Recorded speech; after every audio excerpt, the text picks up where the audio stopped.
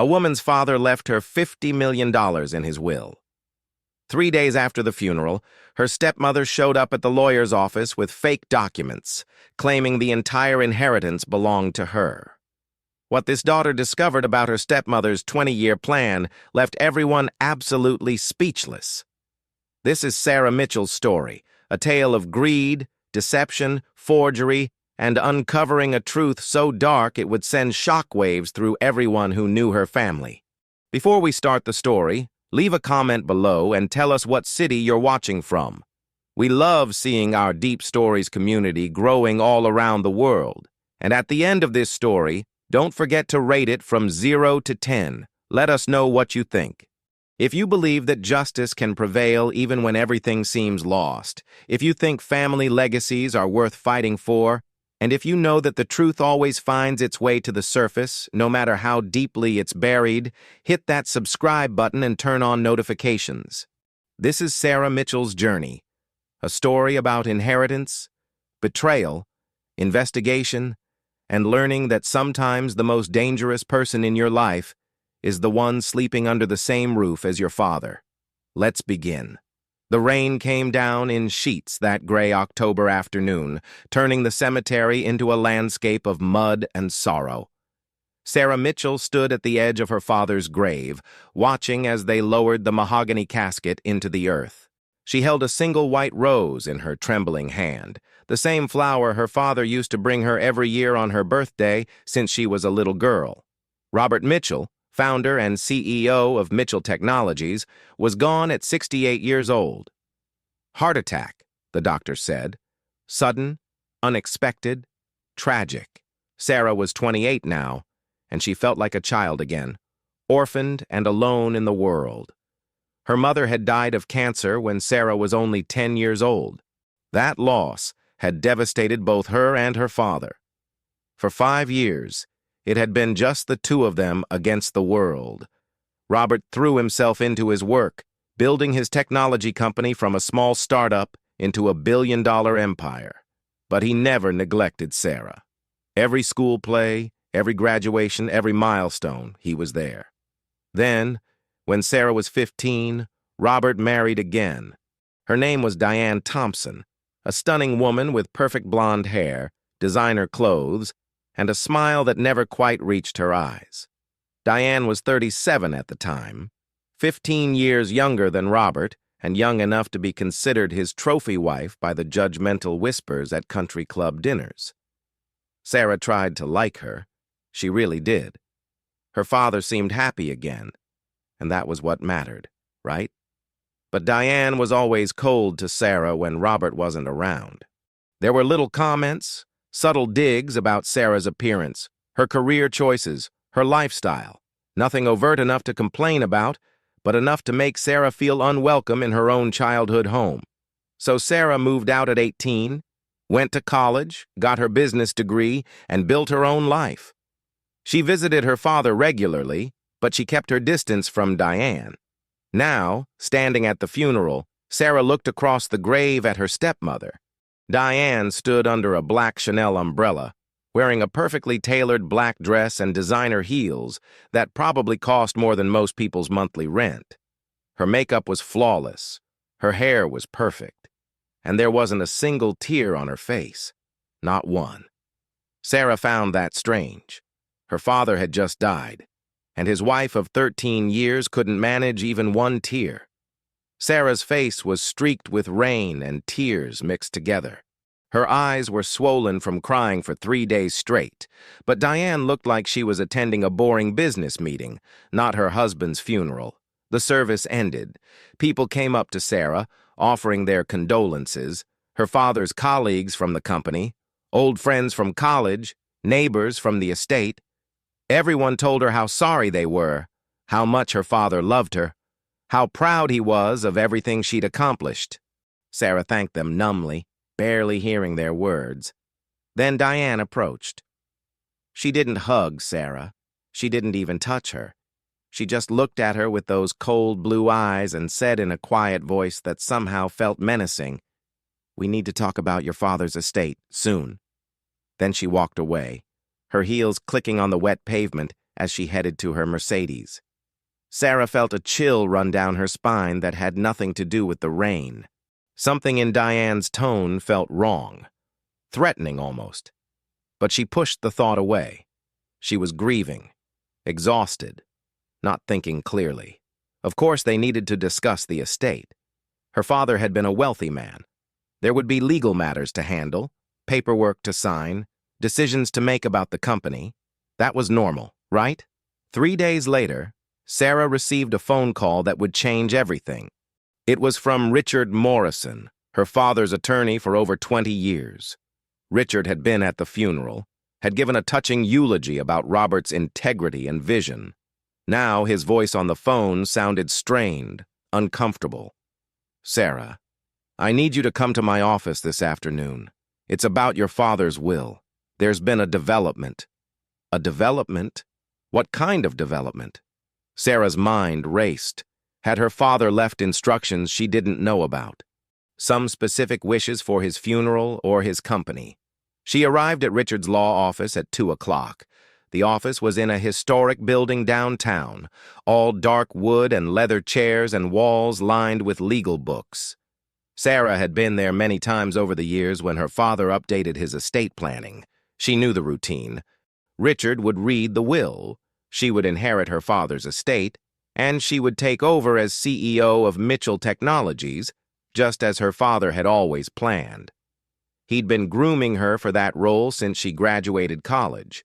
He'd told her 100 times, "Everything I've built is for you, sweetheart. You're my legacy."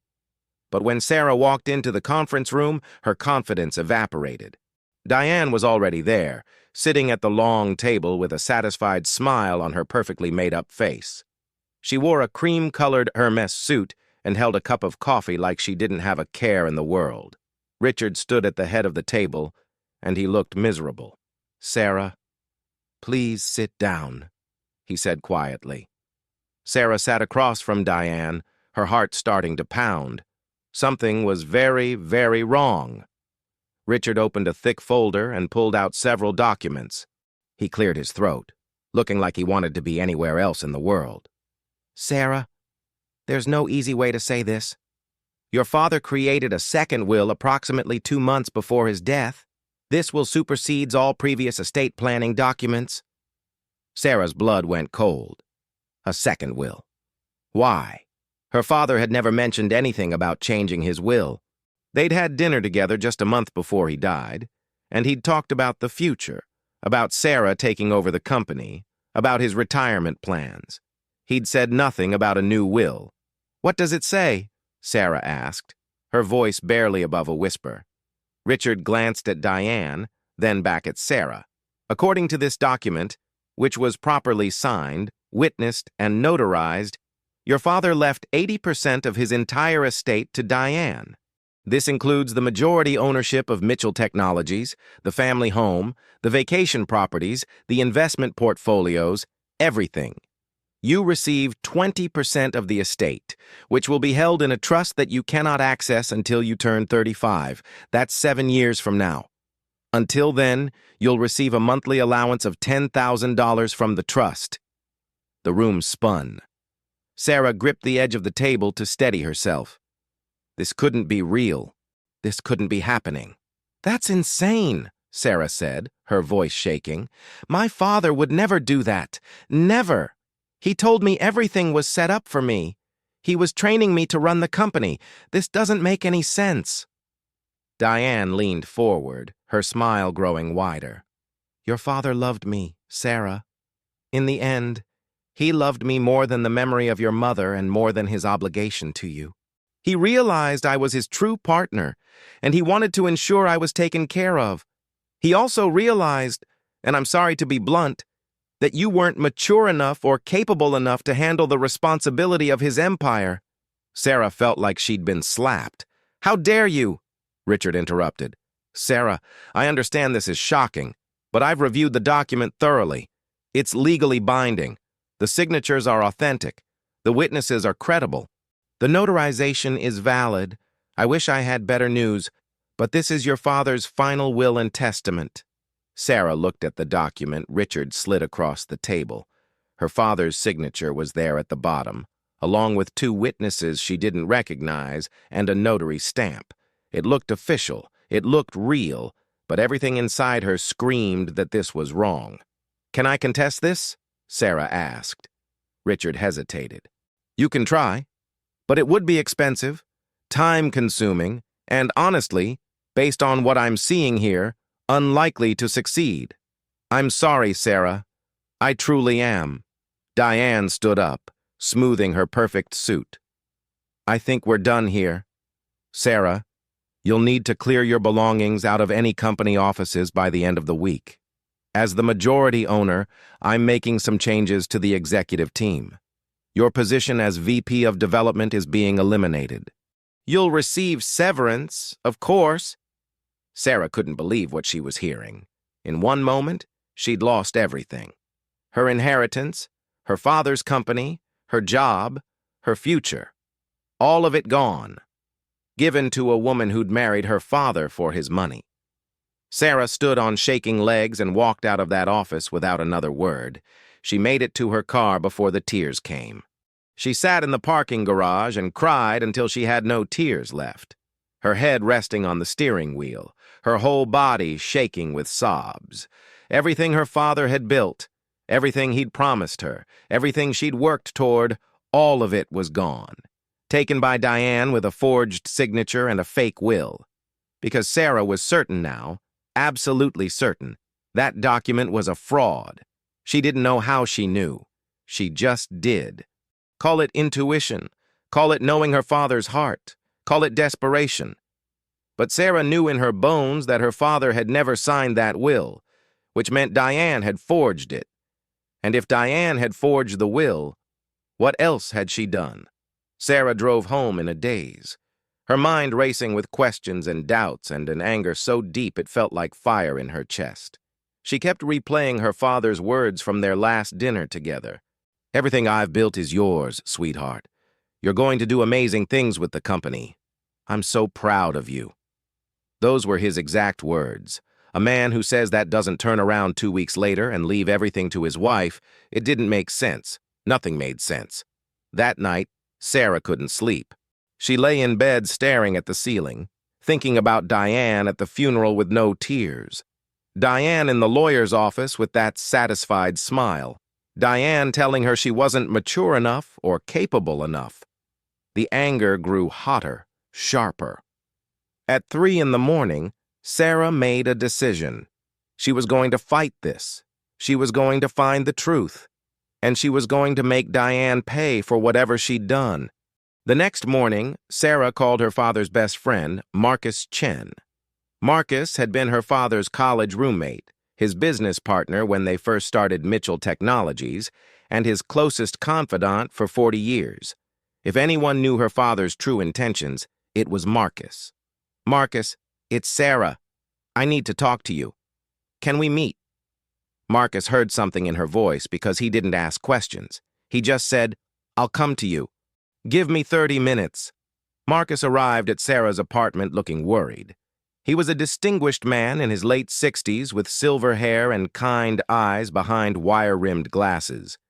He'd known Sarah since she was born, had been like an uncle to her growing up.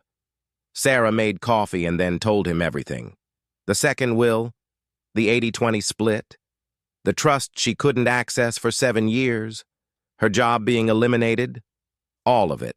Marcus listened in silence, but his expression grew darker with every sentence. When Sarah finished, Marcus set down his coffee cup and said very quietly, "Your father never mentioned changing his will. Not once. In fact, Sarah, about 6 weeks ago, your father and I had lunch together. We were talking about the future of the company, and he specifically told me everything was arranged for you. He said, and I quote, 'Sarah is ready. She's brilliant, capable, and kind. She's going to take Mitchell Technologies to heights I never imagined. Everything is set up to ensure she has complete control when I'm gone.'" Those were his exact words. Sarah felt tears burning in her eyes again. "So you believe me? You think the will is fake?" Marcus nodded slowly. "I don't just think it's fake, Sarah. I'm certain of it. Your father loved you more than anything in this world. He would never, and I mean never, leave his life's work to Diane. He knew exactly what she was. Sarah's breath caught. What do you mean he knew what she was? Marcus sighed deeply. About 3 months ago, your father told me he'd made a terrible mistake marrying Diane. He said he'd been lonely after your mother died, and Diane had been charming and attentive, and he'd fallen for an illusion. But over the past year, he'd started seeing through the facade. He found her going through his files multiple times. She was always asking questions about his health, his medications, his life insurance policies. He told me he felt like she was circling him like a vulture waiting for him to die. Sarah's hands began to shake. Did he tell you he was going to leave her? Marcus nodded. He said he was going to file for divorce after the holidays. He didn't want to ruin Christmas, but come January, he was done. He'd already contacted a divorce attorney. He was going to make sure Diane got as little as possible in the settlement, and he specifically told me he was updating his will to put everything in an irrevocable trust for you. So Diane couldn't touch a penny even if he died before the divorce was finalized. The room seemed to tilt. Sarah gripped the edge of the table. He died before the divorce. He died before updating the will. Marcus's face was grim. Exactly. And now a convenient new will appears giving Diane everything. Sarah, I don't believe in coincidences. Something is very, very wrong here. Sarah took a deep breath, steadying herself. Then I need proof. I need evidence that the will is fake. How do I do that? Marcus thought for a moment. You need a private investigator. Someone with experience in fraud cases. Someone who knows how to dig into backgrounds and finances. I know someone. His name is James Hartley. Former FBI agent, specialized in white-collar crime and fraud. He's expensive, but he's the best. If there's something to find, James will find it. Sarah nodded. Set it up. I don't care what it costs. Marcus pulled out his phone and made a call. Within an hour, Sarah had an appointment with James Hartley for that afternoon. James's office was in a nondescript building on the outskirts of the city. The office itself was small, functional, filled with filing cabinets and computer equipment. James was in his mid-50s, with graying hair, sharp eyes, and the kind of calm, observant demeanor that came from years of investigating criminals. Sarah sat across from his desk and told him everything for the second time that day. The will, her suspicions, Marcus's information about her father's plans. James listened without interrupting, occasionally making notes on a legal pad. When Sarah finished, she slid a copy of the will across his desk. Can you help me? James picked up the document and examined it carefully, his trained eyes scanning every detail. After several minutes, he looked up. On the surface, this looks legitimate. The signatures appear authentic, the witnesses seem credible, and the notary stamp is properly applied. But you're right to be suspicious. The timing is too convenient. Your father dies suddenly, and a will appears that dramatically benefits his wife just months before he supposedly planned to divorce her. That's a red flag. He set the document down. Here's what I can do. I'll investigate Diane's background thoroughly.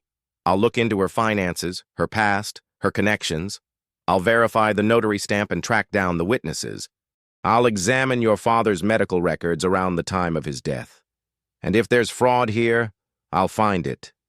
But I need you to understand something, Sarah. This could take weeks or even months. It will be expensive. And there's a chance, however small, that the will is legitimate and your father really did change his mind. Sarah met his eyes. He didn't change his mind. I know my father, and I don't care how long it takes or what it costs. I want the truth. James nodded. Then we have an agreement. I'll start immediately. They discussed his fees, his timeline, and his methods. Sarah signed a contract and wrote him a retainer check that made her bank account cry. But she didn't hesitate. This was her father's legacy. This was her inheritance. This was her entire future. It was worth every penny. James started working that same day. His first step was to investigate Diane's background before she married Robert Mitchell. What he found in the first 48 hours made Sarah's blood run cold. Diane's full name was Diane Marie Rousseau, before she became Diane Thompson and then Diane Mitchell. She'd been married twice before Robert. Both husbands had been wealthy older men. Both had died within 5 years of marriage. And both had changed their wills shortly before death, leaving the majority of their estates to Diane. James spread the files across his desk when Sarah came in for the update. Husband number 1 was Frank Thompson, a real estate developer in Florida. Married Diane when she was 25 and he was 53. 4 years later, Frank died of a heart attack. His will, which had been changed 6 months before his death, left Diane $5 million and his Miami Beach mansion. His 2 adult children from his first marriage contested the will, but lost. Sarah stared at the photo of Frank Thompson.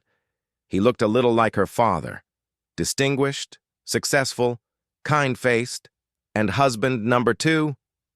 James pulled out another file. Gerald Kensington, a retired investment banker in Connecticut. Married Diane 3 years after Frank's death. Gerald was 60 when they married.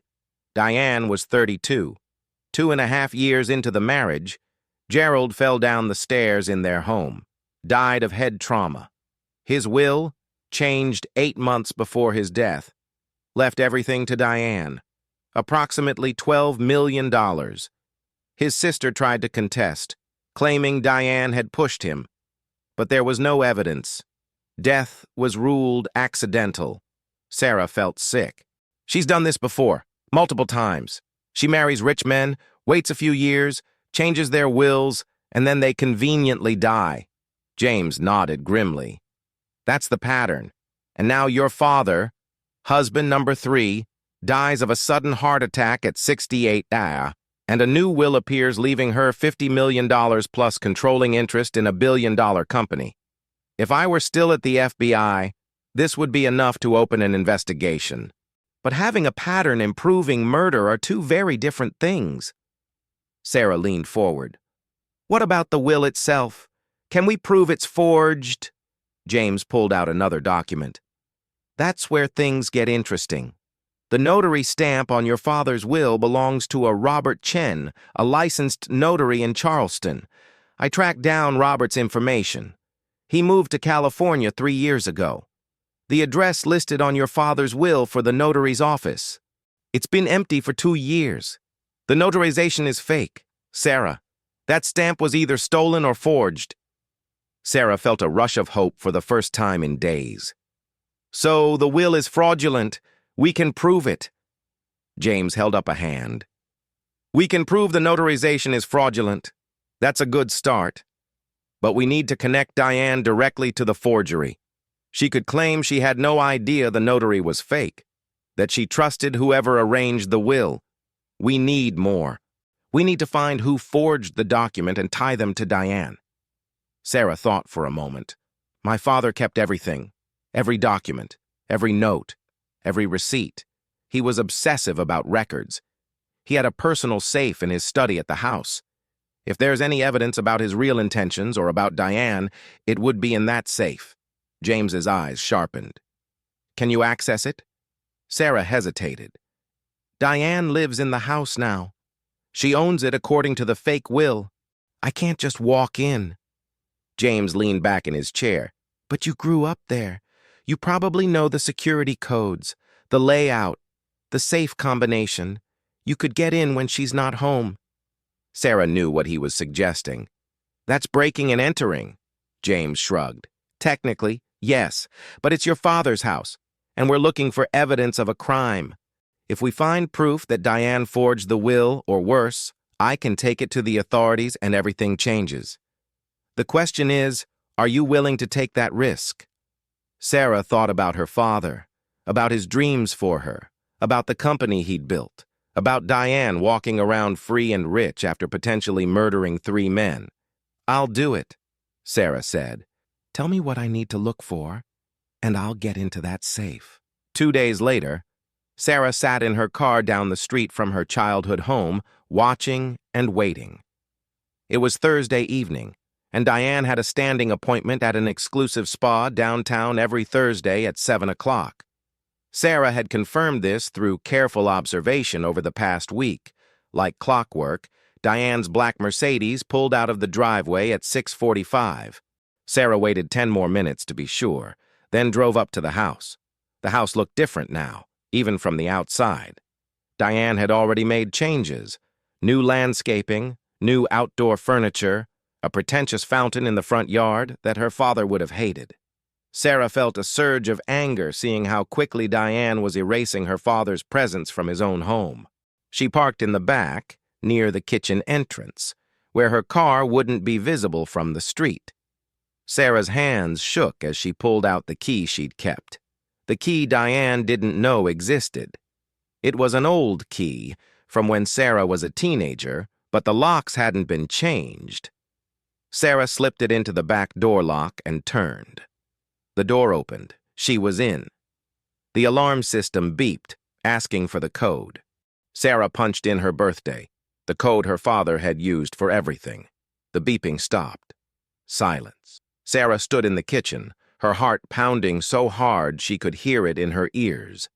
This was the kitchen where her mother had made breakfast every Sunday morning, where her father had taught her to make his famous chocolate chip cookies, where they'd celebrated birthdays and holidays and ordinary Tuesday nights.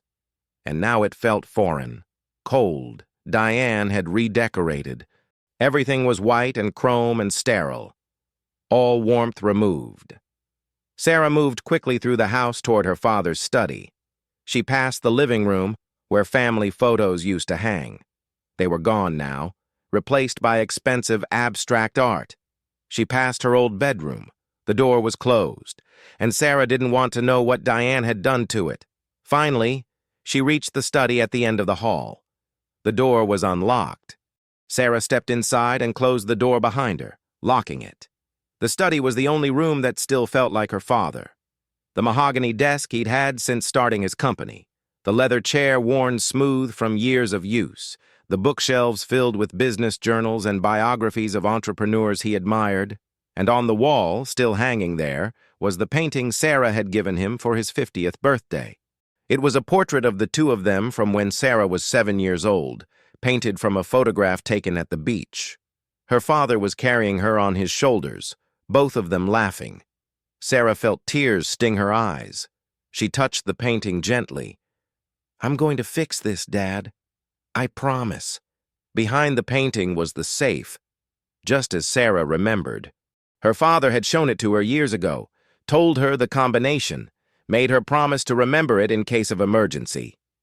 Sarah removed the painting carefully and set it on the desk. The safe was a standard wall model, nothing fancy. She entered the combination slowly, her fingers trembling. 61598. Her birthday, June 15th, 1998. The safe clicked. The door swung open. Inside were files, documents, leather-bound journals, and a small wooden box Sarah recognized as the one her father kept her mother's jewelry in. Sarah pulled everything out as quickly and carefully as she could, spreading it on the desk. There were legal documents, property deeds, stock certificates, and 3 leather journals dated from the past 3 years. Sarah grabbed the most recent journal and opened it to a random page. Her father's familiar handwriting filled the pages. She started reading, and her blood turned to ice. The entry was dated 4 months before her father's death. "Diane is becoming more aggressive in her interest about my health and finances. Today I found her in my study again, going through the filing cabinet. When I confronted her, she claimed she was looking for tax documents to give to our accountant, but our accountant already has all necessary documents. I don't trust her anymore. I think marrying her was the biggest mistake of my life, second only to not seeing what she really was sooner. I need to protect Sarah. I need to make sure Diane gets nothing if something happens to me." Sarah flipped forward, her hands shaking. Another entry from 3 months ago. "I met with a divorce attorney today, Christopher Walsh. He's preparing papers. I'm going to file in January after the holidays. I don't want to ruin Christmas for Sarah. Christopher advised me to immediately update my will and put everything in an irrevocable trust for Sarah. He's drafting the documents now. I should have done this years ago. I've been such a fool. Another entry, 2 months before his death. Diane has been very interested in my medications lately. She asked the doctor at my last appointment what I was taking for my heart condition, what the dosages were, what would happen if I took too much. The doctor thought she was just being a concerned wife, but I know better. I saw something in her eyes when she asked those questions. Something cold, something calculating. I'm scared, and I hate admitting that. I'm scared of my own wife. The final entry was dated 1 week before Robert Mitchell died. I'm meeting with Christopher tomorrow to sign the new will. Everything goes into a trust for Sarah. Diane gets nothing. I've also hired a private security company to install cameras in the house without Diane's knowledge. I need to know what she's doing when I'm not here. I feel paranoid writing this, like I'm losing my mind. But better paranoid than dead. Sarah clutched the journal to her chest, tears streaming down her face. Her father had known. He'd known Diane was dangerous. He'd been trying to protect himself and protect Sarah. But he'd run out of time. Sarah looked at the date of that final entry again. He'd written it 1 week before his death, which meant he was supposed to meet with the attorney the next day to sign the new will. Had he made it to that appointment? She needed to find out. Sarah grabbed her phone and took photos of every page in all 3 journals. Then she photographed all the documents in the safe, property deeds, insurance policies, everything. As she was photographing the last document, she heard something that made her freeze. The sound of a car door closing outside, then footsteps on the gravel driveway. Sarah looked at her watch. It was only 8:15. Diane wasn't supposed to be home until at least 9:30. Sarah's heart began to race. She quickly shoved all the documents back into the safe, closed it, and rehung the painting. She grabbed her phone and the most recent journal, unable to leave it behind. Then she heard the worst sound imaginable. A key turning in the front door lock. Diane was home. Sarah was trapped. The study was at the end of a long hallway with no other exit except the window. Sarah ran to the window and tried to open it. Stuck. It had been painted shut at some point. She pushed harder, using all her strength. The window gave way with a loud crack. Sarah heard Diane's voice from the front of the house. "Hello? Is someone here?" Her footsteps were coming down the hall, heels clicking on the hardwood floor, getting closer. Sarah climbed out onto the window ledge. It was a 15-foot drop to the ground, but there was a large oak tree nearby, the same tree Sarah had climbed 1,000 times as a kid. She reached for the nearest branch, got a grip, and pulled herself toward it. Behind her, she heard the study door handle rattle. Diane trying to get in. Sarah swung from the branch and dropped to the ground, landing hard on the grass. Pain shot through her ankle, but she didn't stop. She grabbed the journal, shoved it under her jacket, and ran toward her car in the darkness. Behind her, she heard the window opening wider and Diane's voice shouting, "Who's there? I'm calling the police." Sarah reached her car, jumped in, started the engine, and drove away without turning on her headlights until she was 2 blocks away. Only then did she allow herself to breathe. Her phone rang. It was James. "Sarah, where are you? Are you okay? I've been trying to reach you for 20 minutes. Sarah's voice shook as she answered, "I got into the safe. I got the journals. James, my father documented everything. He knew Diane was dangerous. He was going to divorce her. He was changing his will. But she must have found out. And I think," her voice broke, "I think she killed him before he could do any of it." There was silence on the other end of the line. Then James said quietly, "Come to my office right now. Bring everything you found. We need to talk to the police tonight. This is bigger than fraud, Sarah. This is murder." Sarah arrived at James's office 30 minutes later, still shaking from adrenaline. James was waiting with hot coffee and a serious expression. Sarah handed him the journal and her phone with all the photos she'd taken. James read through the journal entries slowly, his expression growing darker with each page. When he finished, he set the journal down carefully and looked at Sarah. "This changes everything. Your father documented his fears about Diane. He documented her suspicious behavior regarding his medications, and he specifically stated he was updating his will to exclude her." Sarah wrapped her hands around the coffee cup, trying to stop their trembling. "What do we do now?" James pulled out his laptop. "First, we verify whether your father made it to that attorney appointment. You said the lawyer's name was Christopher Walsh." Sarah nodded. "That's what my father wrote. I don't know him, but we can look him up." James searched online and found Christopher Walsh, an attorney specializing in estate planning and divorce law with an office downtown. James picked up his phone and called, even though it was nearly 9 o'clock at night. To Sarah's surprise, someone answered. "Walsh and Associates, this is Christopher Walsh." James put the phone on speaker. "Mr. Walsh, my name is James Hartley. I'm a private investigator working on behalf of Sarah Mitchell, daughter of Robert Mitchell. I apologize for calling so late, but this is urgent. Did Robert Mitchell have an appointment with you approximately 3 months ago to update his will?" There was a pause. Then Christopher's voice, cautious now. "I can't discuss client matters without proper authorization." James looked at Sarah. She leaned toward the phone. "Mr. Walsh, this is Sarah Mitchell. My father died 3 months ago. A will has surfaced that I believe is fraudulent. I need to know if my father met with you to create a different will. Please, this is a matter of life and death." Another long pause. Then Christopher sighed. "Yes, Robert Mitchell was my client. He contacted me about divorce proceedings and estate planning.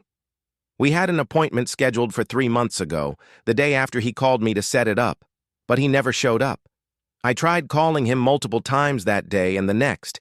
His phone went straight to voicemail. A week later, I saw his obituary in the newspaper. I'm very sorry for your loss, Miss Mitchell." Sarah's hands clenched into fists. "So he never signed a new will with you?" Christopher replied. "No. We'd discussed the terms over the phone. He wanted everything placed in an irrevocable trust for you, with specific provisions ensuring his wife Diane would receive only what she was legally entitled to under state law, which would be minimal given his prenuptial agreement. But we never got to execute the documents because he died before our appointment." James leaned forward. "Mr.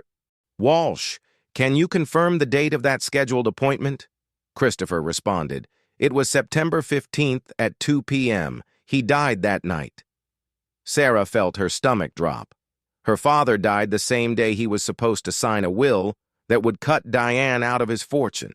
That couldn't be a coincidence. James thanked Christopher and ended the call. Then he looked at Sarah. "I think we have enough to go to the police. Between the journals, the fake notary, Diane's history of marrying and outliving wealthy men, and the timing of your father's death, there's reasonable suspicion of foul play." Sarah nodded, her mind racing. "But will they investigate? My father's death was ruled a heart attack. The will looks official on the surface. What if they think I'm just a bitter daughter who doesn't want to share her inheritance?" James pulled out another file. "That's why I've been digging into Diane's finances. I found something very interesting in her bank records from 2 months before your father's death. She made a $50,000 cash withdrawal. There's no record of what she spent it on. No major purchases, no investments, nothing. $50,000 just disappeared." Sarah frowned. "What does that mean?" James pulled out printouts of bank statements with highlighted sections. "People pay for illegal services in cash, so there's no trail. Forged documents don't come cheap, especially ones that can pass initial scrutiny. I think Diane paid someone to forge that will. If we can find who she paid, we can prove the whole thing is fake." Sarah felt a surge of hope.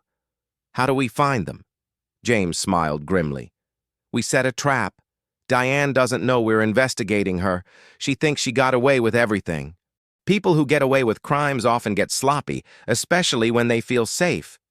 I'm going to put out feelers in certain communities, people who specialize in document forgery. I'll let it be known that someone is asking questions about a forged will in Charleston involving a wealthy estate. If the person who forged your father's will hears that investigators are sniffing around, they might panic. And when people panic, they make mistakes. Over the next 2 weeks, James worked his network of contacts in the criminal underworld. He talked to informants, forgers, and people who operated in the gray areas of the law. He spread the word carefully, making it seem like a federal investigation was heating up around a major document forgery case.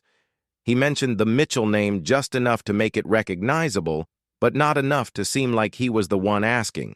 Then, late one night, James got a call from one of his informants, a man named Tony who worked as a middleman for various illegal services. "You're looking into a forged will for the Mitchell family?" Tony asked. James confirmed he was. Tony continued, "I might know something. There's a guy named Victor Torres who does high-end document forgery. Wills, contracts, certificates, you name it. Word is he did a job a few months ago for a wealthy woman, something involving an inheritance. Big payday, $50,000. But now Victor is nervous because he's hearing rumors about investigations." James felt his pulse quicken.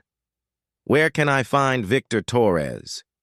Tony gave him an address, a cheap motel on the outskirts of Charleston. James called Sarah immediately. "I found him. The forger. I'm going to confront him tomorrow.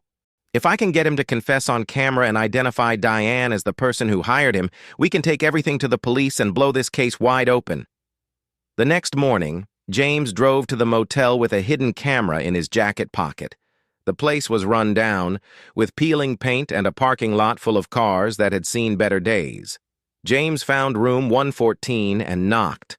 A man in his 40s answered, looking like he hadn't slept in days.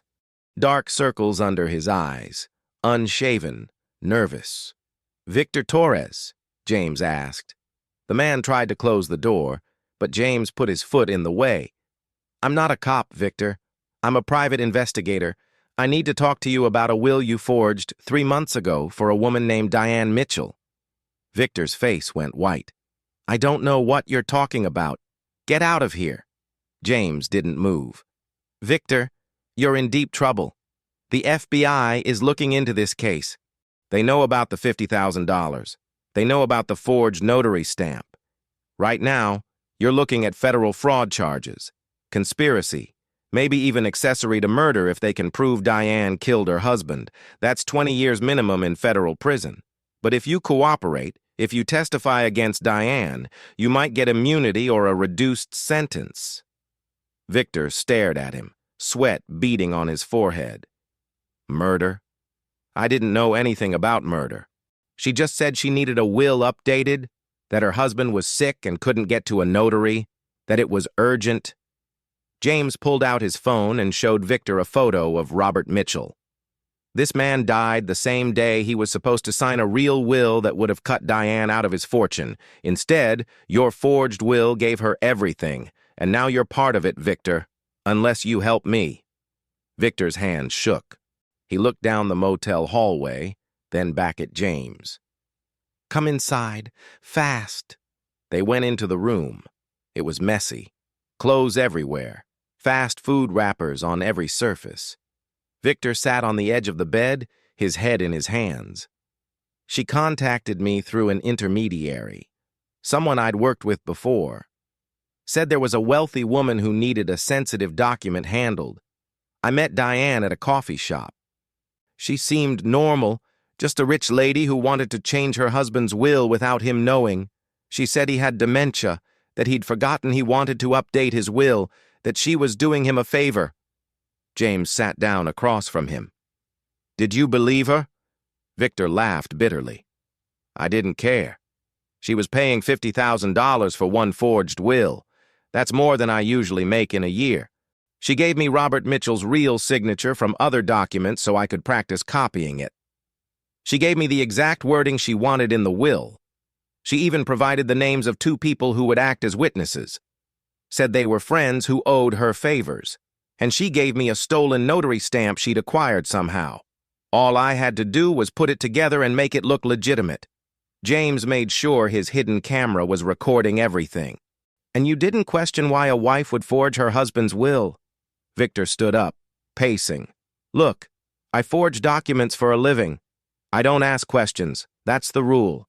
But yeah, it seemed weird. And when I saw the guy died a week after I finished the will, I got nervous. Real nervous. I've been waiting for the cops to show up ever since. James leaned forward. Victor, I need you to testify. I need you to identify Diane Mitchell as the person who hired you. I need you to explain exactly what you did and how she instructed you to do it. If you do that, I'll work with the district attorney to get you a deal. You'll probably do some time, but it'll be minimal compared to what you're facing if you don't cooperate. Victor was silent for a long moment, thinking. Finally, he nodded. Okay, I'll testify. But I want immunity in writing before I say anything official. James stood up and extended his hand. Deal. I'm taking this to the police today. Expect to hear from the district attorney's office within 48 hours. Victor shook his hand weakly. James left the motel and immediately called Sarah. We got him. Victor Torres confessed on camera. He identified Diane as the person who hired him to forge the will. We have everything we need. That afternoon, James and Sarah walked into the Charleston Police Department and asked to speak with someone in the fraud division. They were directed to Detective Linda Morrison, a sharp-eyed woman in her early 50s with 25 years of experience. Detective Morrison listened as Sarah and James laid out everything. The journals, the fake notary, Diane's history of marrying wealthy men who died young. The attorney appointment Robert never made it to, Victor Torres's confession video, the $50,000 cash withdrawal, all of it. Detective Morrison reviewed every piece of evidence methodically. When she finished, she looked up at Sarah and James with a grim expression. This is enough for a warrant. We're going to bring Diane Mitchell in for questioning regarding fraud and forgery. The murder angle is trickier. We'll need to exhume your father's body and do a new autopsy, specifically looking for signs of poisoning or medication overdose. That takes time and a court order. But the fraud case? That we can move on immediately. The next morning, 2 police officers arrived at Sarah's childhood home with a warrant for Diane's arrest. Sarah and James watched from a car down the street as Diane answered the door in a silk robe, coffee cup in hand, her perfect blonde hair arranged just so. The officers showed her the warrant. Diane's confident expression faltered. This is ridiculous. I haven't done anything wrong. You can't just arrest me. One officer replied calmly. Ma'am, you're being charged with fraud, forgery, and conspiracy. You have the right to remain silent. They put handcuffs on Diane right there in the doorway of the house she'd stolen. Sarah watched with grim satisfaction as they led her to the police car. Diane's face had gone from confident to panicked in seconds. For the first time since the funeral, Sarah saw real emotion on Diane's face. Fear. At the police station, Diane was placed in an interrogation room. Her lawyer, a slick defense attorney named Martin Cross, was already there waiting. Detective Morrison entered with a thick file and a laptop. She sat down across from Diane and her lawyer and stated the time and date for the recording. Mrs. Mitchell, do you know why you're here? Detective Morrison asked. Diane lifted her chin, trying to regain her composure. I assume this is about my late husband's will. And I assume his daughter has been spreading lies about me because she's bitter about her inheritance. Detective Morrison opened the file. Let's talk about that will. Specifically, let's talk about the notary stamp on the document. The stamp belongs to Robert Chen, a notary whose office has been closed for 2 years and who moved to California 3 years ago. How do you explain that? Diane glanced at her lawyer. Martin jumped in. My client relied on professionals to handle the will. If there was an error with the notary, that's not her fault. Detective Morrison smiled coldly. Interesting. Let's talk about Victor Torres then. She turned the laptop around, showing the video of Victor's confession. Diane's face went pale as she watched Victor explain in detail how Diane had hired him to forge the will, had paid him $50,000 in cash, and had provided him with everything he needed to make it look legitimate. When the video ended, the room was silent. Diane's lawyer looked shocked. "My client has no comment at this time." Detective Morrison leaned forward. "Mrs. Mitchell, we have documentation of your $50,000 cash withdrawal 2 months before your husband's death. We have Victor Torres's testimony.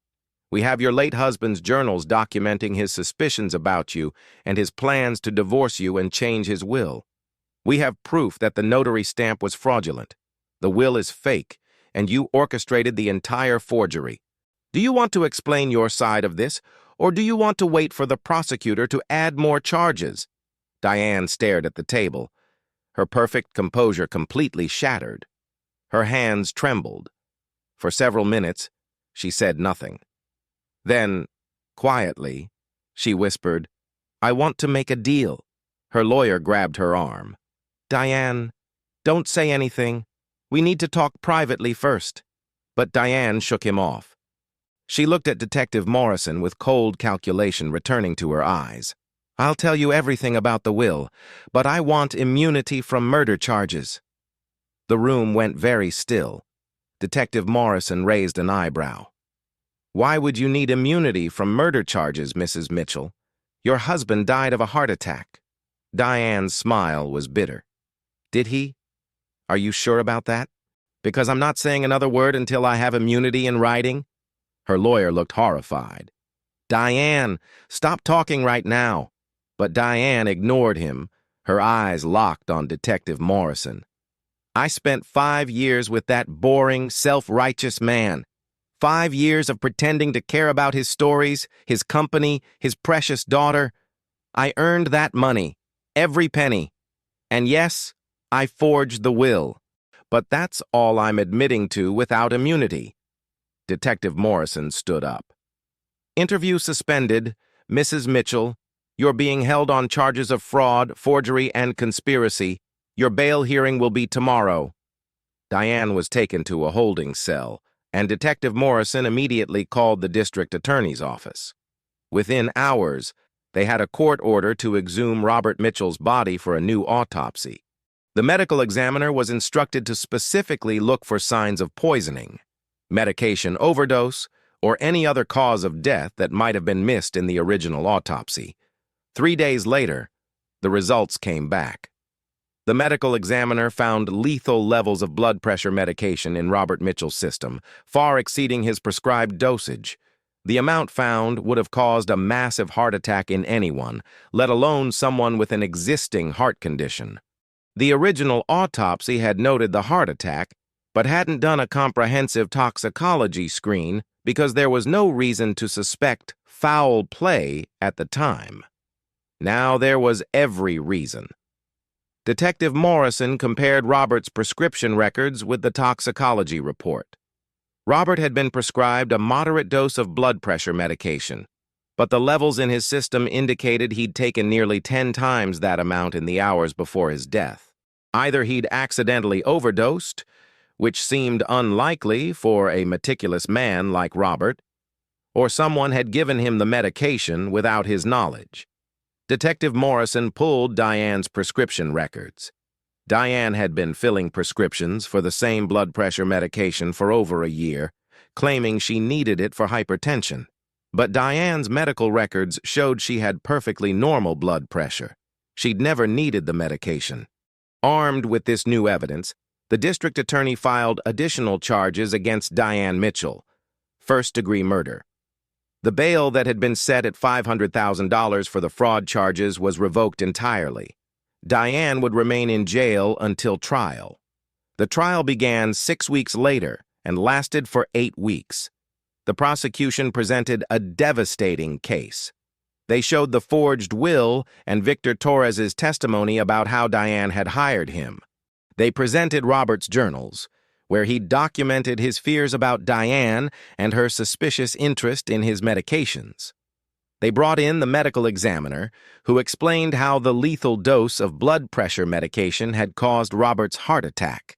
They showed Diane's prescription records for medication she didn't need. They presented evidence of her previous marriages to wealthy men who had died young and changed their wills shortly before death. The defense tried to create reasonable doubt. They argued that Victor Torres was a criminal who couldn't be trusted. They claimed the journals were just the paranoid writings of a sick man. They suggested Robert might have accidentally taken too much medication. But the evidence was overwhelming, and the jury saw through every argument. After 4 hours of deliberation, they returned with their verdict: guilty on all counts. Fraud, forgery, conspiracy, and first-degree murder. The judge sentenced Diane Mitchell to life in prison without the possibility of parole. As the bailiffs led her away, Diane looked back at Sarah one final time. Her face was full of hatred and bitterness. "You think you won?" she hissed. "You think you're better than me? You were born with everything. I had to fight for every scrap. You'll never understand what that's like." Sarah looked at her with something closer to pity than anger. "You're right. I was born with everything. A father who loved me, a mother who cherished me, a family that taught me right from wrong. You could have had a good life, Diane. But you chose greed over everything else, and now you'll spend the rest of your life in prison because of it." Diane was taken away, and Sarah never saw her again. The forged will was officially nullified by the court. All of Robert Mitchell's assets were returned to his estate, and Sarah, as his only legal heir, inherited everything. Mitchell Technologies, the family home, the vacation properties, the investments, and the $50 million Diane had tried to steal. Everything her father had built was finally, legally, rightfully hers. The day after Diane's sentencing, Sarah stood in her father's study for the first time as the legal owner of everything in it. The house was hers now. The company was hers. The future her father had always envisioned for her was finally within reach, but the victory felt bittersweet. She ran her fingers along the edge of his mahogany desk, imagining him sitting there, working late into the night on deals and strategies and dreams for Mitchell Technologies. Richard Morrison, her father's attorney, came by that afternoon to finalize all the estate paperwork. He brought boxes of documents that needed Sarah's signature, transferring everything officially into her name. As they worked through the paperwork, Richard looked at Sarah with something like awe. "Your father would be incredibly proud of you, Sarah. What you did, how you fought for the truth, the way you refused to give up even when everything seemed lost. That took remarkable courage." Sarah set down her pen and looked at him. "I just wish I'd seen it sooner. Maybe I could have saved him. Maybe if I'd paid more attention, if I'd visited more often, if I'd noticed something was wrong with Diane earlier." Richard shook his head firmly. "Don't do that to yourself. Diane was a professional. She'd done this before, multiple times, and gotten away with it every time. She was careful, calculated, patient. Even your father, who was one of the smartest, most observant men I've ever known, didn't realize what she was until it was almost too late. You can't blame yourself for not seeing what she worked so hard to hide." Sarah nodded, knowing he was right but still feeling the weight of guilt. "What happens to Diane's previous victims, the other men she married and possibly killed?" Richard pulled out a file.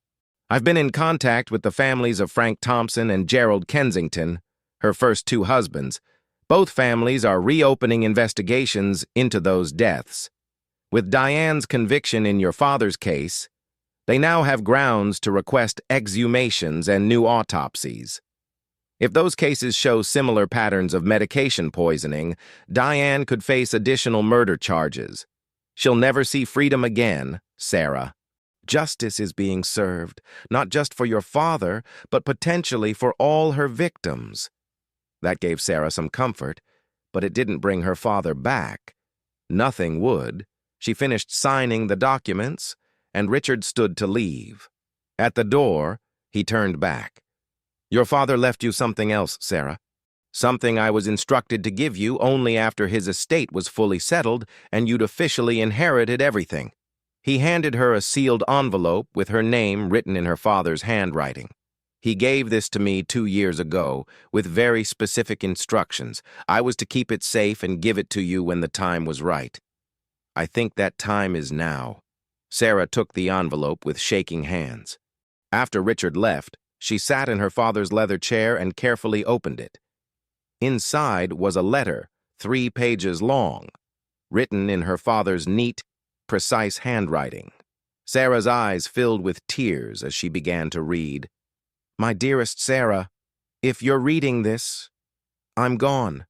I hope I lived a long, full life and died peacefully in my sleep as an old man. But I'm writing this because I want you to know certain things, regardless of how or when I die. First, and most importantly, you are the greatest achievement of my life. Not Mitchell Technologies, not the fortune I built, not any of the success or recognition I received. You. Raising you. Watching you grow into the remarkable woman you've become. That has been my life's greatest joy and privilege. Your mother and I used to talk about what kind of person you'd become. We dreamed about your future, your accomplishments, your happiness. When she died, I was devastated. I didn't know how to go on. But then I would look at you, and I would see her smile in your smile, her kindness in your heart, her strength in your determination. You saved me, Sarah. You gave me a reason to keep going. You were my anchor when the world felt like it was falling apart. I made mistakes after your mother died. I was lonely, and I let that loneliness make me vulnerable to people who didn't have my best interests at heart. If I married someone who turned out to be unworthy of our family, please know that my love for you never wavered, not for a single moment. You are my daughter, my heir, my legacy. Everything I built was always meant for you. By the time you read this, you will have inherited Mitchell Technologies and everything that comes with it. That's a heavy responsibility, sweetheart, but I know you're more than capable of handling it. You have your mother's heart and my head for business. You'll do things with the company I never imagined. You'll take it to heights I never could have reached, and you'll do it with integrity, compassion, and vision. But Sarah, don't let the company consume your life the way it sometimes consumed mine. Don't sacrifice your happiness for success. Find someone who loves you for who you are, not for what you have. Build a family. Fill your life with joy and laughter and love. Make time for the things that matter. Your mother taught me that lesson, and I forgot it for too long after she died. Don't make the same mistake. I've set up the Mitchell Foundation in your name. It's funded with $20 million to start, and I've instructed the board to work with you on establishing its mission and focus. Use it to make the world better in whatever way calls to your heart. Your mother always said the purpose of wealth is to lift others up. I believe that. I hope you do too. Finally, know that I'm proud of you. I'm proud of the woman you've become. I'm proud of your kindness, your intelligence, your strength, your compassion. I'm proud to be your father. And wherever I am now, I'm watching over you, cheering you on, believing in you with every fiber of my being. Live well, my darling girl. Live fully, live joyfully, live with purpose. Make your mark on the world, and know that you were loved, so deeply loved, by both your mother and me. You always will be. All my love, always and forever, Dad. Sarah sat in that leather chair and cried for an hour, clutching the letter to her chest. When the tears finally stopped, she felt something shift inside her. The grief was still there, would always be there, but alongside it now was determination. Her father had believed in her. He'd built an empire and entrusted it to her care. He'd given her the resources to make a difference in the world, and she wasn't going to let him down. The next morning, Sarah walked into Mitchell Technologies headquarters as the new CEO. The board of directors had unanimously voted to appoint her after Diane's arrest, and now Sarah stood in the executive suite that had been her father's for 40 years. The staff lined up to meet her, offering congratulations and condolences in equal measure. Marcus Chen was there, her father's old friend and now her chief advisor. He hugged her tightly. "Welcome home, Sarah. Your father's legacy is in good hands." Sarah's first order of business as CEO was to address the company. She called an all-hands meeting in the main auditorium, something her father had done once a year. 1,500 employees gathered, curious and apprehensive about the leadership change. Sarah stood at the podium, looking out at all those faces, and felt her father's presence beside her. She took a deep breath and began to speak. "Thank you all for being here.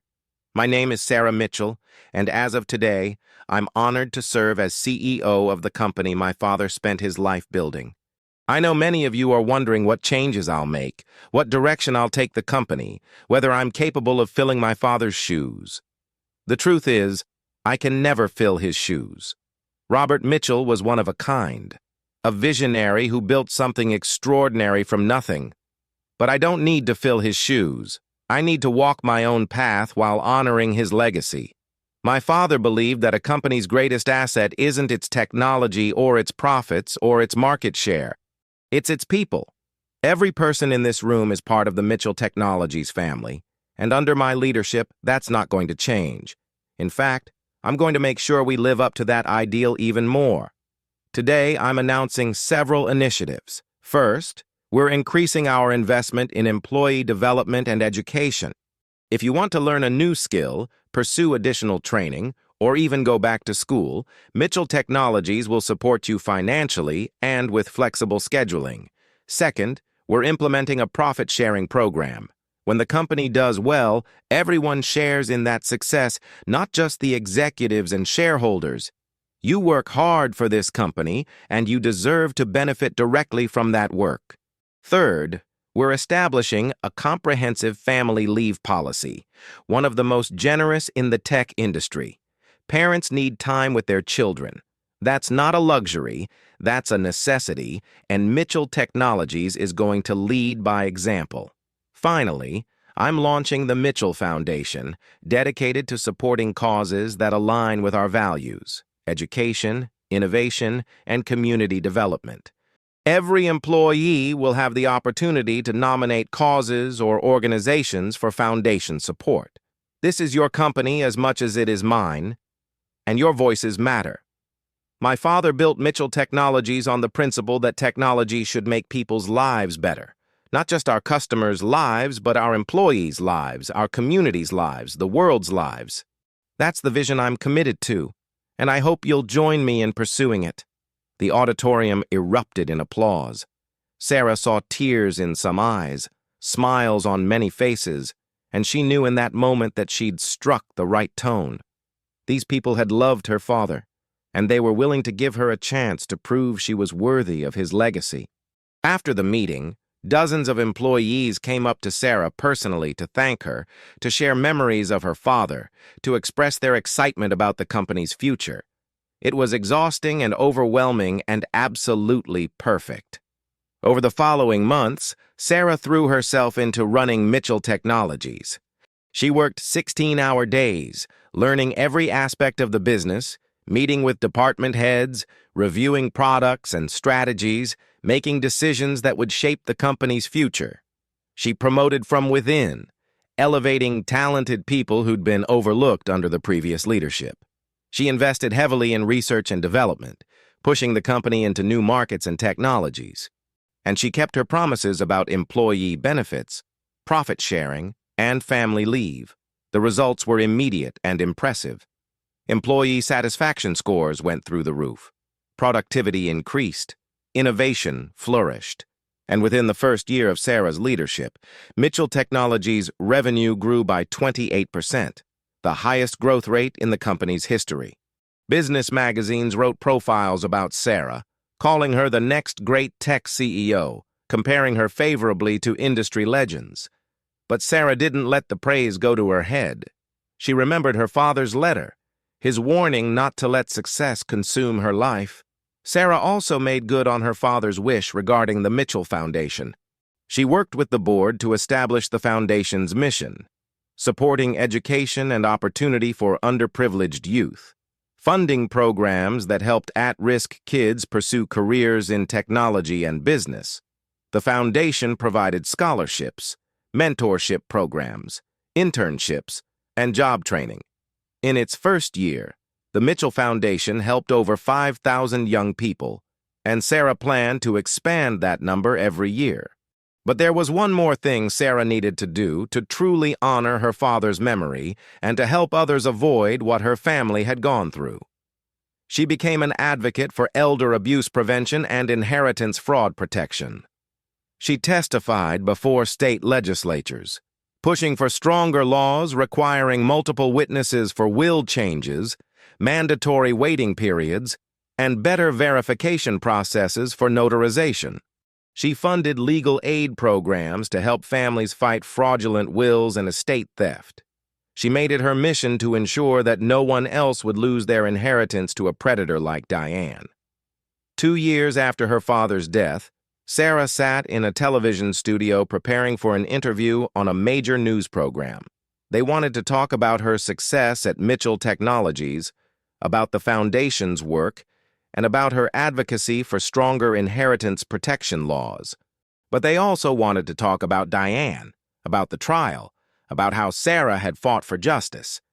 Sarah had initially been reluctant to do the interview, not wanting to relive the pain publicly. But her publicist convinced her that telling her story could help others who might be in similar situations. The interviewer, a well-known journalist named Catherine Reed, sat across from Sarah with a warm but professional demeanor. When the cameras started rolling, Catherine began gently. "Sarah Mitchell, thank you for being here today. Your story has captivated the nation, not just because of the dramatic trial and your stepmother's conviction, but because of what you've done since then. Let's start at the beginning. When your father died, what made you suspicious that something wasn't right?" Sarah thought carefully before answering.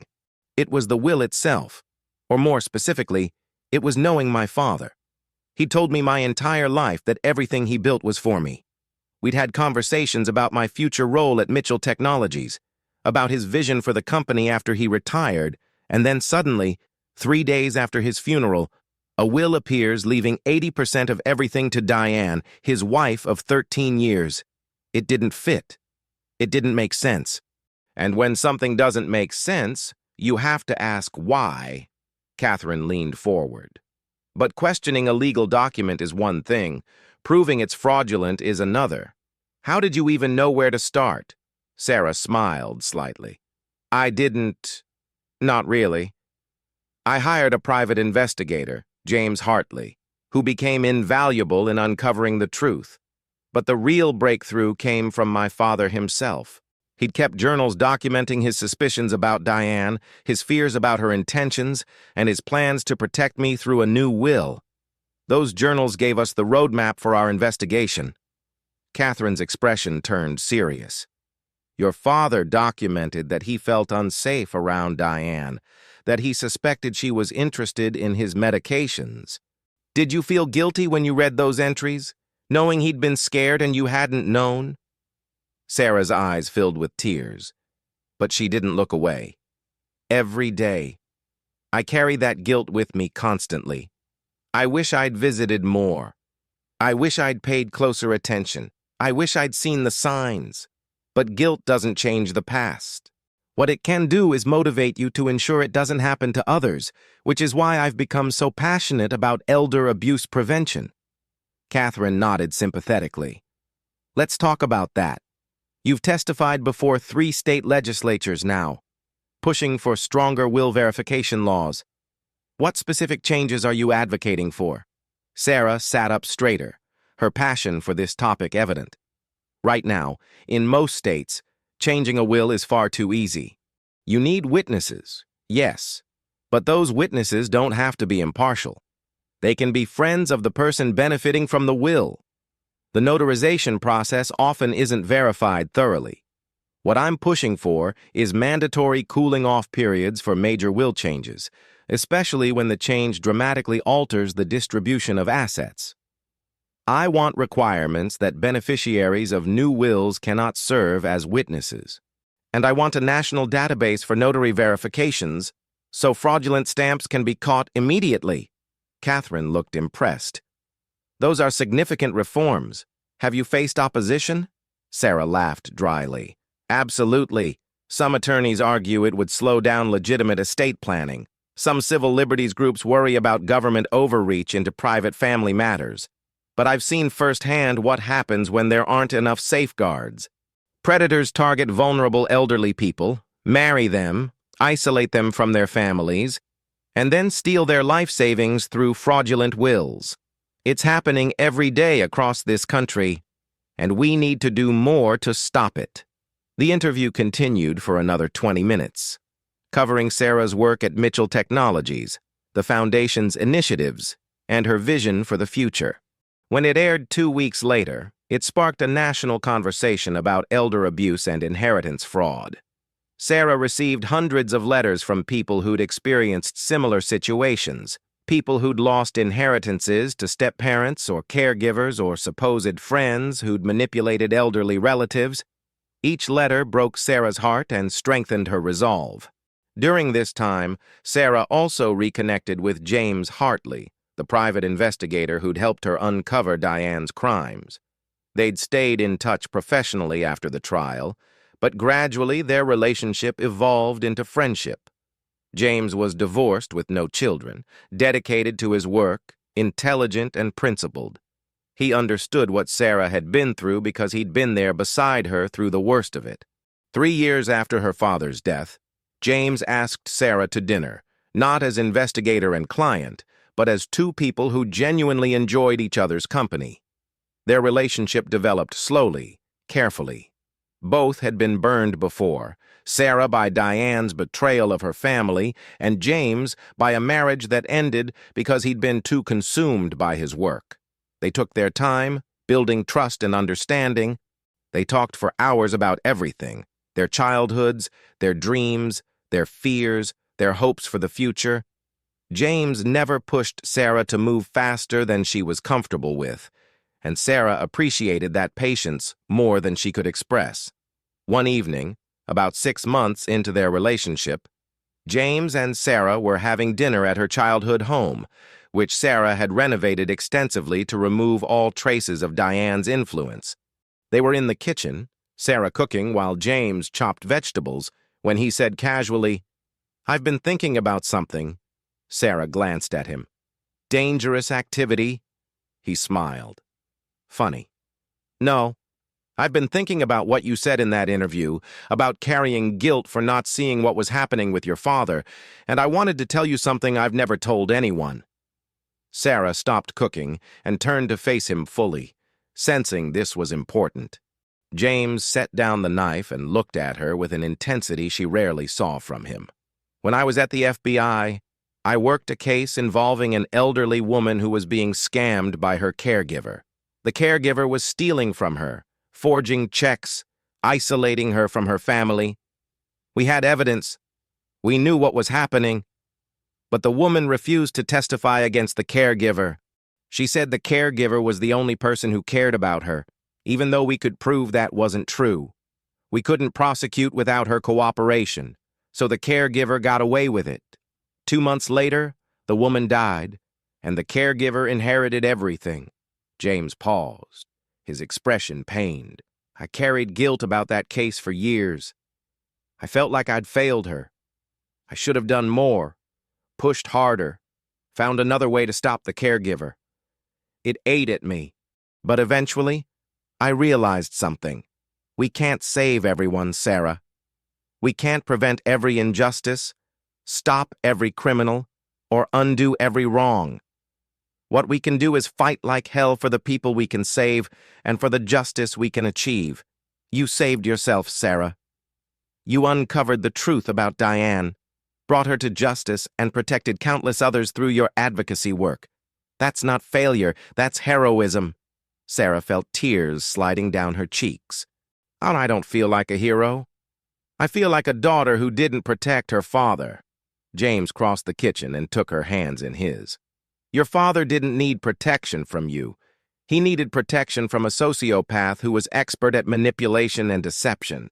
And when you discovered what happened, you didn't give up. You fought back. You honored his memory in the most meaningful way possible. That's what a hero does. Sarah, not preventing tragedy, but how you respond to it.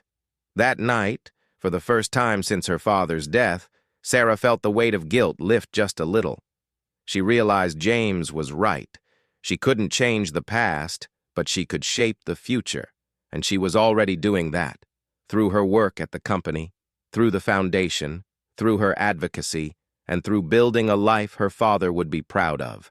A year later, James proposed to Sarah in her father's study, the room where so much pain had begun, but where Sarah now felt closest to her father's memory. James got down on one knee and said simply, "Sarah Mitchell, you are the strongest, most compassionate, most brilliant woman I've ever known. I love you completely. Will you marry me?"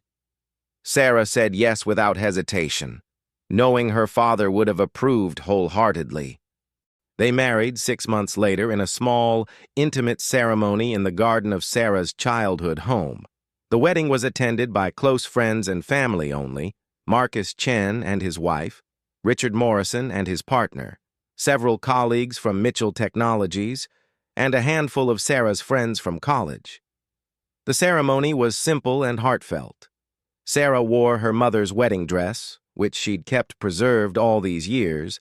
When the officiant asked who gave Sarah away, Marcus stepped forward and said, "Her father, in spirit, and all of us who love her." During her vows, Sarah spoke directly to James, but also to the memory of her father. "I spent a long time being angry after my father died. Angry at Diane for what she did. Angry at myself for not seeing it sooner. Angry at the universe for taking him too early. But I've learned that anger can transform into purpose. And my purpose now is to build a life filled with love, integrity, and meaning. James, you've shown me that happiness is possible even after devastating loss. You've supported my dreams, my work, my mission to make the world a little bit better. And you've loved me through my worst moments without judgment or reservation. I promise to love you with that same depth, to support your dreams as you've supported mine, and to build a life together that honors the best of what my parents taught me about love and family." There wasn't a dry eye in the garden, after the ceremony, as Sarah and James danced their first dance as husband and wife under strings of lights in the evening air. Sarah looked up at the stars and whispered, "Thank you, Dad," for everything. She felt, in that moment, that her father was there, watching over her, proud of the woman she'd become and the life she was building. 5 years after Diane's conviction, Sarah stood in the conference room of Mitchell Technologies, presenting the company's annual results to the board of directors. The numbers were extraordinary. Under Sarah's leadership, the company had doubled its revenue, expanded into new markets across 3 continents, and become one of the most admired companies in the tech industry. But more importantly to Sarah, they'd maintained their commitment to their employees and their values. Mitchell Technologies had been named one of the best places to work in America for 3 consecutive years. After the board meeting, Marcus pulled Sarah aside. He was 73 now and planning to retire at the end of the year. "Your father used to say that success isn't measured by profit margins or stock prices. It's measured by the lives you impact and the legacy you leave behind. Sarah, you've exceeded his wildest dreams. You've built on his foundation and created something even more remarkable. I hope you know that." Sarah hugged him tightly. "I couldn't have done any of it without you, Marcus. You've been my guide, my advisor, my link to Dad's vision. Thank you for everything." Marcus smiled, his eyes misty. "It's been my honor. Now, before I retire, there's one more thing I want to show you. Follow me." They walked through the headquarters building to a newly constructed wing that had been closed for renovations. Marcus opened the double doors with a flourish, revealing a beautiful space filled with natural light, modern furniture, and innovative technology. But what caught Sarah's attention immediately was the wall of photographs and plaques at the entrance. It was a memorial to Robert Mitchell, featuring photos from throughout his life. As a young entrepreneur starting his company with his wife and baby Sarah, at company milestones, and in his later years as a successful CEO. The board approved this last month, Marcus explained. We're calling it the Robert Mitchell Innovation Center. It's dedicated to research and development of technologies that improve people's lives, particularly in education and healthcare. We've already hired a team of researchers and engineers who will work here, developing solutions for underserved communities. The first project is creating low-cost tablets and software for schools in developing countries, giving children access to quality education they wouldn't otherwise have. Sarah walked slowly along the memorial wall, reading the plaques that described her father's achievements, his philosophy, his impact. At the end of the wall was a quote her father had said often: "Technology without purpose is just noise.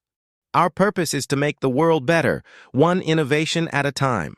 Below the quote was a photograph Sarah had never seen before. It showed her father in his study, sitting at his desk, with a framed photo of Sarah's college graduation visible beside him. He was smiling, and his eyes were full of pride and love. "When was this taken?" Sarah asked, her voice thick with emotion. Marcus came to stand beside her. "About 6 months before he died. I took it during one of our lunch meetings. He was telling me about your latest project at the company, how impressed he was with your work. He said, 'Marcus, watching Sarah grow into the leader she's becoming is the greatest gift I've ever received. I wanted you to have this photo, to remember that he saw your potential long before the rest of the world did.'" Sarah stood there for a long time, staring at her father's smile, remembering his voice, feeling his love reaching across time. When she finally spoke, it was barely a whisper. "I miss him every single day." Marcus put his arm around her shoulders. "I know. We all do. But he's not really gone, Sarah. He lives on in this company, in the foundation bearing his name, in every life that's been changed by your work. And most of all, he lives on in you. You are his legacy, and it's a legacy he'd be incredibly proud of." That evening, Sarah went home to the house she now shared with James. They'd moved out of her childhood home a year after getting married, finding it too full of complicated memories to build their future there. Instead, they'd sold it to a lovely family with 3 children, people who would fill it with laughter and joy the way it had been filled when Sarah's mother was alive. Sarah and James had bought a smaller, cozier home in a quiet neighborhood, a place that was entirely theirs. James was in the kitchen making dinner when Sarah arrived.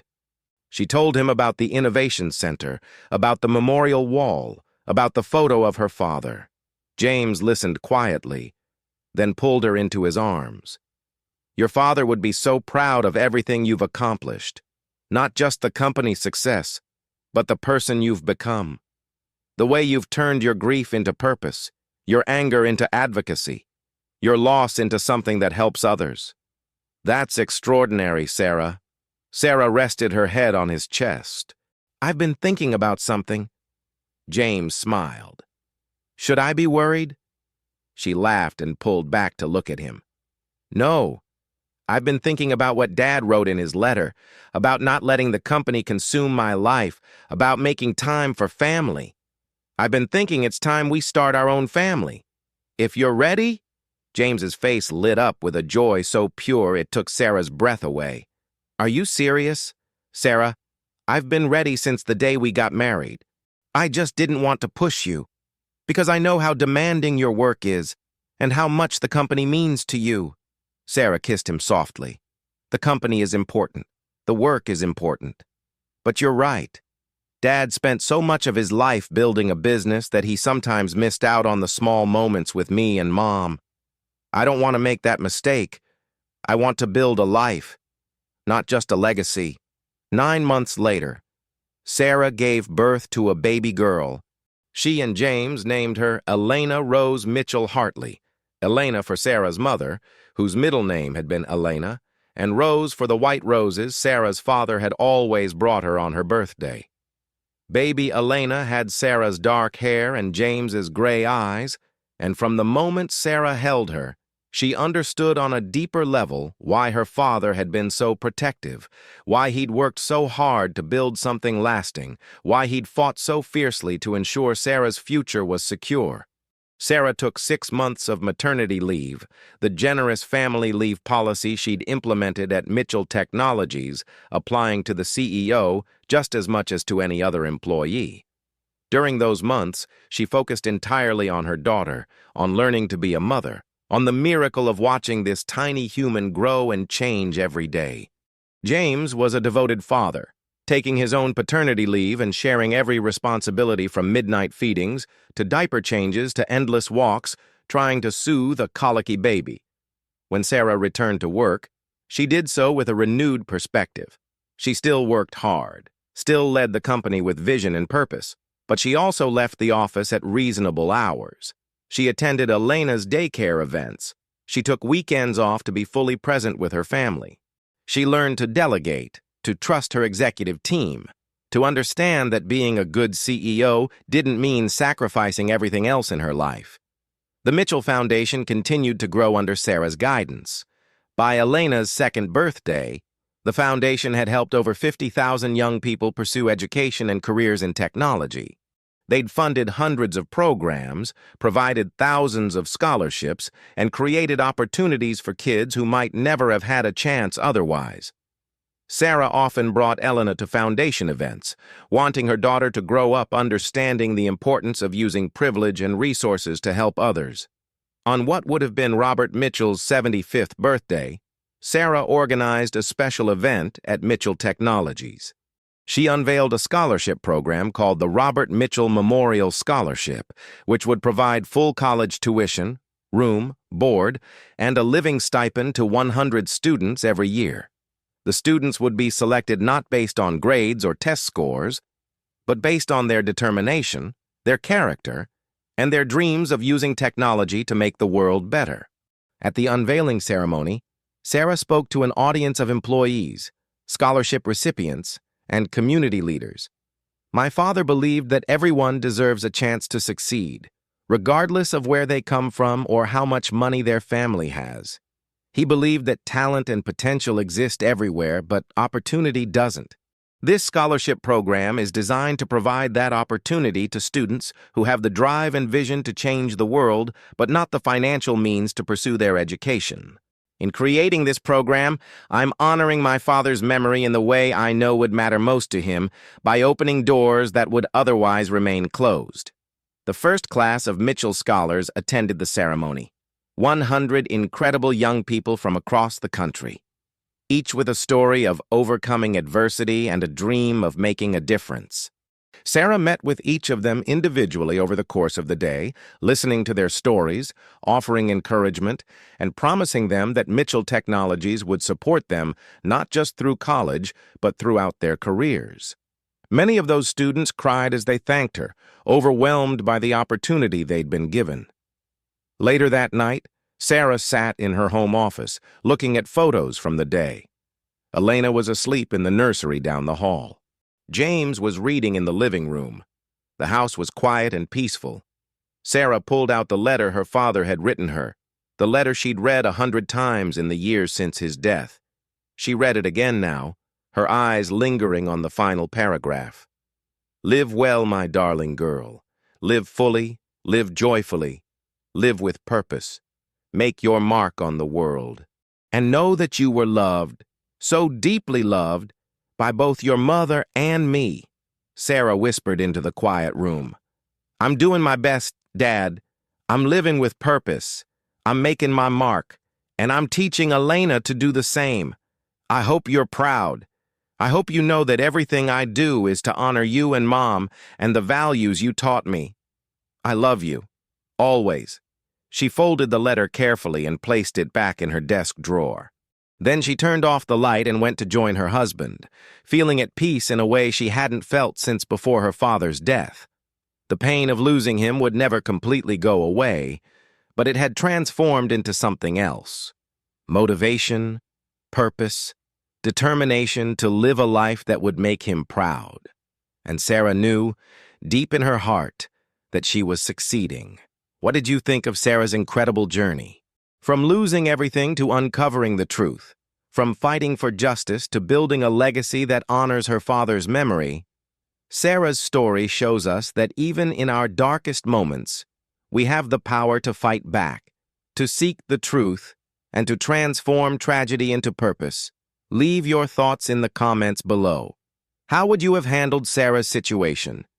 Do you think justice was truly served? And have you or someone you know ever dealt with inheritance fraud or elder abuse? Share your story. Your experience might help someone else who's going through something similar. Now rate this story from 0 to 10. Let me know what you thought. Was it the powerful journey of justice and redemption you were hoping for?